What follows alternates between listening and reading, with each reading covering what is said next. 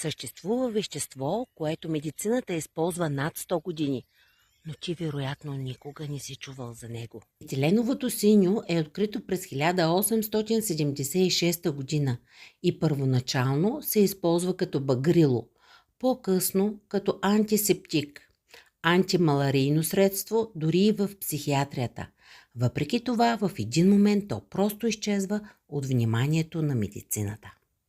Днес учените отново обръщат внимание на метиленовото синьо не само като потенциален помощник при вирусни инфекции, но и като инструмент за превенция на невродегенеративни заболявания като Алцхаймер и Паркинсон.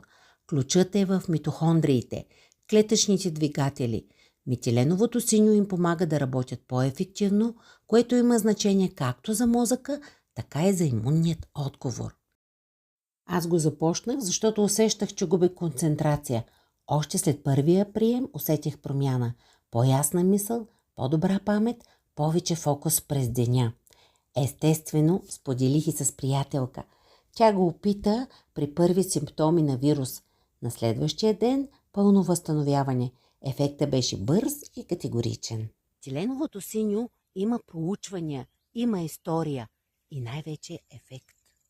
Ако търсите начин да се фокусирате, да мислите по-ясно и да се чувствате по-добре, проучете го. Ще те научиш повече. Свържи се с мен налично или в Инстаграм профила ми Кломба Рашкова Долна Диана.